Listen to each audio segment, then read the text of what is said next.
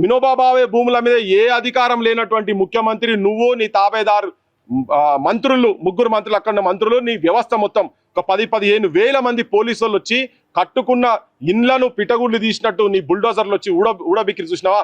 నీకు సమాచారం లేకుండా కాదు, నీ దాంట్లో చేతులు ఉన్నాయి.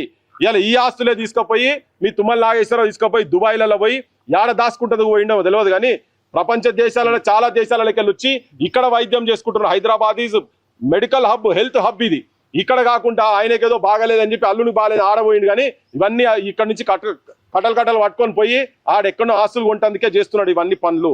నేను ముఖ్యమంత్రికి క్లియర్ చెప్తున్నాను, నువ్వు పేదోళ్ళ భూముల మీద పడుతున్నావు. నీది కాని భూములల్లా మీరు ఏంటంటే క్లియర్ చెప్తున్నారు కోర్టు ఆర్డర్లు ఉన్నాయి. ఎందుకు తొందర వచ్చింది మీకు? ఒక 10 గంటలు 5 గంటలు నువ్వు ఎందుకు ఆగుతలేవు? ఈ బోర్డు చైర్మన్ గారిని ఎందుకు పిలిపియలేదు? వీళ్ళ కమిటీని ఎందుకు పిలిపియలేదు? మళ్ళీ వాళ్ళే చెప్తున్నారు 31 ఎకరము ఇది భూదాన్ బోర్డు భూమి అని కూడా చెప్పిండు. చెప్పిన తర్వాత నువ్వు నీకెక్కడిది అధికారం? ముఖ్యమంత్రికి ఎక్కడిది అధికారం? పొంగులేటి శ్రీనివాస్ రెడ్డికి ఎక్కడిది అధికారం? అధికారం మొత్తం ఇచ్చింది వినోబాబావి ల్యాండ్స్ అధికారం మొత్తం ఈ ఆఫీస్ కింద ఇక్కడ ఉన్నాయి. వాళ్ళ అధికారాలు మొత్తం ఇక్కడ ఉన్నాయి.